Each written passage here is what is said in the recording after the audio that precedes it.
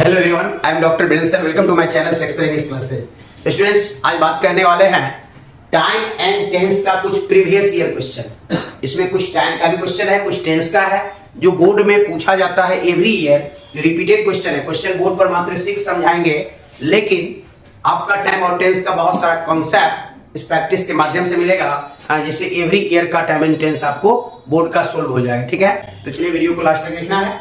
जैसे कि time and tense बहुत ही महत्वपूर्ण टॉपिक्स है। ये आपको 2009 से, वैसे उससे पहले भी सिलेबस में था, लेकिन जब से सिलेबस आया है ना, फ्रॉम 2009 टू टिल नाउ, 2009 से अभी तक है ना, every year time and tense का क्वेश्चन पूछा जाता है। पहले तो केवल टाइम एंड टेंस पूछा जाता था बोर्ड में, और टेंस के रूप में ट्रांसलेशन पूछा जाता था, परंतु अब जो है टेंस से भी क्वेश्चन आता है और टाइम से भी। ये क्वेश्चन लिख करके उसका मोहर भी लगा दिए, कौन ईयर में कौन क्वेश्चन पूछा है। ये ऑल क्वेश्चन आईएससी का, इसीलिए लिखे नहीं है, सब आईएससी का पूछा गया है।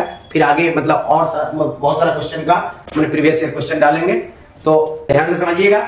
और जिसको ज्यादा समझने में दिक्कत हो तो मैंने वीडियो डाला गया है प्रेजेंट इंडेफिनिट का, प्रेजेंट इम्परफेक्ट का, प्रेजेंट परफेक्ट का, और लाइव में ऑल टेंस पढ़ाया गया है, तो जरूर देख लीजिएगा। आपको 100% कंसेप्ट क्लियर हो जाएगा, बोर्ड का ट्रांसलेशन भी बन जाएगा, स्पोकन भी आ जाएगा, और plus time and tense 12th board में मैंने आसानी से बन जाएगा। I dot dot speak Spanish. यहाँ देखिए ऑप्शन आप बोर्ड में कैसा आता है वो एकदम ध्यान समझना है। यहाँ देखिए ऑप्शन एक था डज नो, एक हैव नो, एक डू नो, एक हैड नो। ये ऑप्शन इसलिए दे रहे हैं कि क्वेश्चन छांट कर कैसे बनाएंगे। ये देखो, ये 2019 में पूछा गया क्वेश्चन था, ये 2019 का क्वेश्चन है बोर्ड का। जैसे यहाँ देखिए आई के साथ डज का इस्तेमाल नहीं होगा, तो डज को काट दीजिए। अब लगेगा क्या, उसको पहले छोड़िए। आई के साथ स्पीक लगा हुआ है, तो स्पीक है V1। तो आप लोग को बताया है कि प्रेजेंट इंडेफिनिट टेंस का जो है नेगेटिव स्ट्रक्चर, ये नेगेटिव में सेंटेंस, तो नेगेटिव स्ट्रक्चर होता है सब्जेक्ट प्लस डू या does plus not plus V1 plus object. ठीक है ना, तो यहाँ पर आप देख रहे हैं कि स्पीक है, V1 है, तो जब ये V1 लगा हुआ है तो आपको ये समझ में आ जाना चाहिए कि यहाँ पर हैव नॉट कभी नहीं होगा, क्योंकि हैव और हैड ये प्रेजेंट परफेक्ट का हेल्पिंग वर्ब है, उसके साथ मेन वर्ब V3 आता है, तो ऑलरेडी ये नहीं होगा। ठीक है, सबसे पहले एग्जाम में क्वेश्चन बनाने में आपको कभी कंफ्यूजन नहीं होगा। पहले आप कौन नहीं होगा उसको आप माइंड मेकअप कर लीजिए, तो होने वाला 100% क्वेश्चन बन जाएगा। क्योंकि यहाँ एवरी ईयर बच्चा ऑब्जेक्टिव 50 में 50 सोल्व करता है, और बोर्ड में 95% प्लस नंबर बहुत सारे बच्चे का रहता है। तो आप लोग को इस मतलब एकदम समझना है ढंग से, पूरा बेहतर कंसेप्ट यहाँ दिया जाएगा इंग्लिश का, है ना। जो पहली बार देखिएगा वो सब्सक्राइब भी कर लीजिएगा और वीडियो को लाइक कीजिएगा। आप लोग यहाँ है डू नोट, तो do not I had note, तो हैड जो है पास्ट परफेक्ट का मैंने हेल्पिंग वर्ब होता है, ठीक है। V3 रहता तब यहाँ मैंने हैड का कोई गुंजाइश था, तो हैड नोट भी नहीं होगा, क्या हो जाएगा डू नोट। ठीक है, I do not speak Spanish, तो ये समझ में आ गया होगा। आई के साथ डू नोट का, आई के साथ डू लगता है, तो आई डू नोट स्पीक, तो ये हो गया negative structure, subject plus do, do हो गया आपका हेल्पिंग वर्ब, अब प्लस नो प्लस V1 है ना, वर्ब का पहला रूप। ठीक है, एकदम समझ करके बनाइएगा, कोई दिक्कत नहीं होगा, एकदम गलती का कोई गुंजाइश ही नहीं रहेगा। सेकंड क्वेश्चन है ये टाइम का, ये 2019 में पूछा गया, देखिए लिख दिए हैं 2019 में ये पूछा गया 2019 में। ये है he dot dot here every day, and he dot dot here every day. यदि किसी सेंटेंस में, यदि किसी वाक्य में every day, daily, regularly, always है ना इत्यादि शब्द का प्रयोग समय का बोध कराने के लिए किया गया हो, तो उस वाक्य की क्रिया प्रेजेंट इंडेफिनिट टेंस में होती है। ये बात याद रखना पड़ेगा। ये बिहार बोर्ड के बहुत फेमस है, ये केवल 2012 जो हम लिखे हैं, ये केवल 12 में ही नहीं, ये मोस्ट रिपीटेड क्वेश्चन है ना। ऑलवेज का प्रयोग तो प्रेजेंट परफेक्ट में भी मैंने होता है, तो उस सेंटेंस देखने के बाद पता चल जाता है, क्योंकि V3 रहेगा तो तब जाएगा परफेक्ट में, था ऐसे आपको मतलब प्रेजेंट इंडेफिनिट में। यदि किसी वाक्य में every day, daily, regularly, always इत्यादि शब्द का प्रयोग समय का बोध कराने के लिए किया गया हो, तो उस वाक्य की क्रिया प्रेजेंट इंडेफिनिट टेंस में होती है। जैसे he dot dot here every day, यहाँ देखिए प्रेजेंट इंडेफिनिट टेंस है, क्योंकि एवरी डे लगा हुआ है। एवरी डे, डेली, रेगुलरली पर क्वेश्चन एकदम बहुत ज्यादा आता है बोर्ड में। देखिए 2012 में पूछा गया है, और ये केवल 2012 में नहीं, कई बार रिपीट है। ठीक है, तो ये सब साल का लिखना कोई नीडेड नहीं था। तो यहाँ आप देखिए, अब यहाँ ही के साथ कम तो होगा नहीं, क्रॉस कीजिए। कम क्यों नहीं होगा, क्योंकि ही थर्ड पर्सन सिंगुलर है, तो सिंगुलर सब्जेक्ट के साथ सिंगुलर वर्ब का इस्तेमाल होता है, तो वर्ब का पहला रूप प्लुरल होता है, और V5 सिंगुलर होता है। तो चलिए कम हो जाएगा आंसर, और पहले छांट लीजिए। जैसे ई कमिंग क्यों नहीं होगा, क्योंकि ही के साथ तो ई जाता है, यहाँ कमिंग आया बिफोर, ये क्यों नहीं होगा, क्योंकि एवरी डे लगा हुआ है, तो एवरी डे का प्रयोग प्रेजेंट इंडेफिनिट में ही होता है, इसीलिए ई कमिंग नहीं होगा।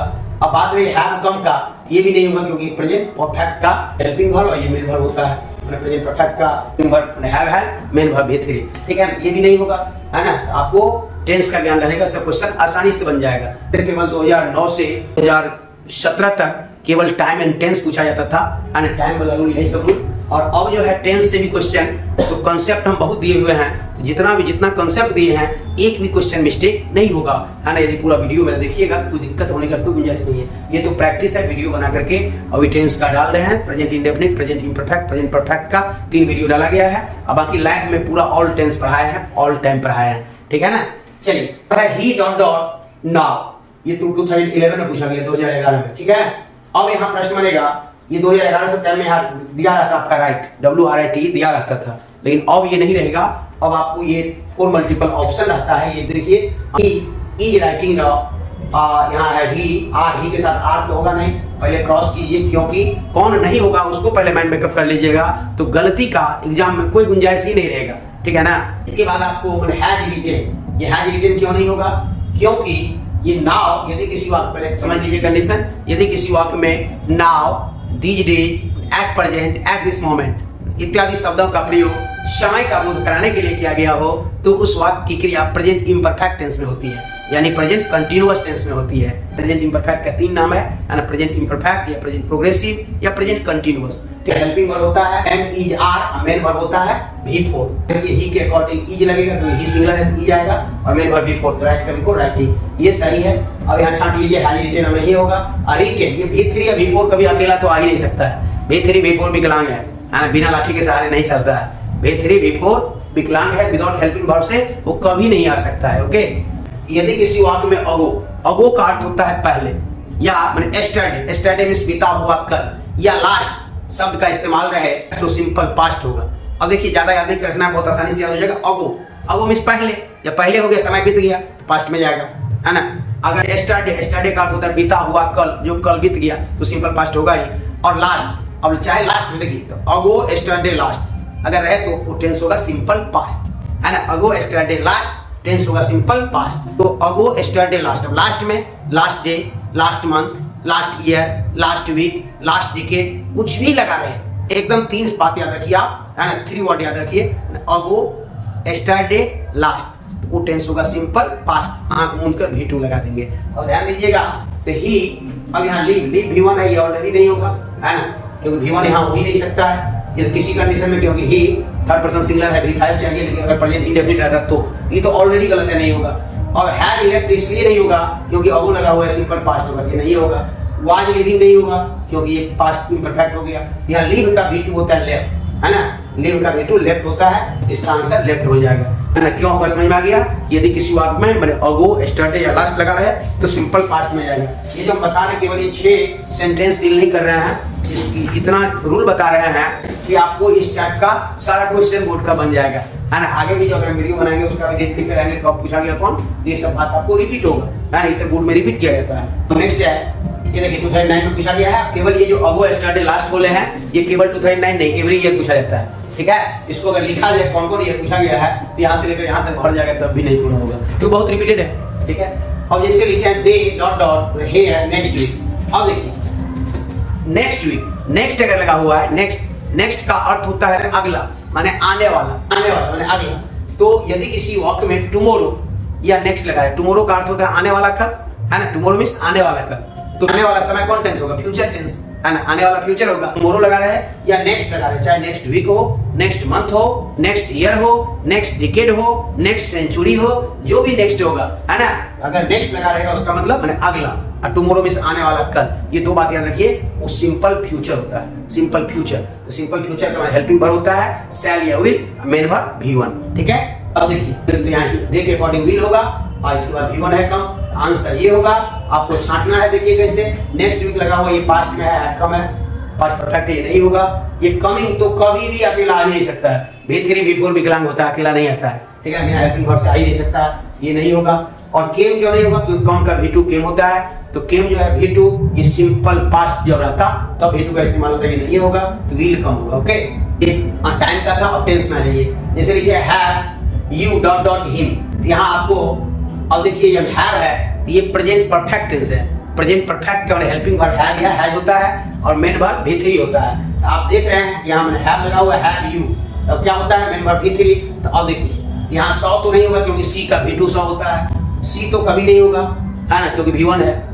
और हैड सीन भी नहीं होगा, क्यों नहीं होगा हैड सीन, क्योंकि यहाँ पर हैव है, तो हैड सीन नहीं होगा, ये पास्ट परफेक्ट है, ये हो जाएगा सीन। हैव यू सीन माने him, have you seen him, यहाँ पर हैव है, हैव हो गया हेल्पिंग वर्ब, यू हो गया सब्जेक्ट, सीन हो गया V3 वर्ब का तीसरा रूप। तो ये प्रेजेंट परफेक्ट टेंस है। आई होप कि आप लोग को ये वीडियो बहुत अच्छा लगा होगा, क्योंकि ये 12th बोर्ड में जितना हम ये 6 क्वेश्चन ही इसमें डील नहीं हुआ, इस पर आधारित तो जो भी क्वेश्चन बोर्ड में आएगा एकदम मोस्ट रिपीटेड रूल को समझाए है ना।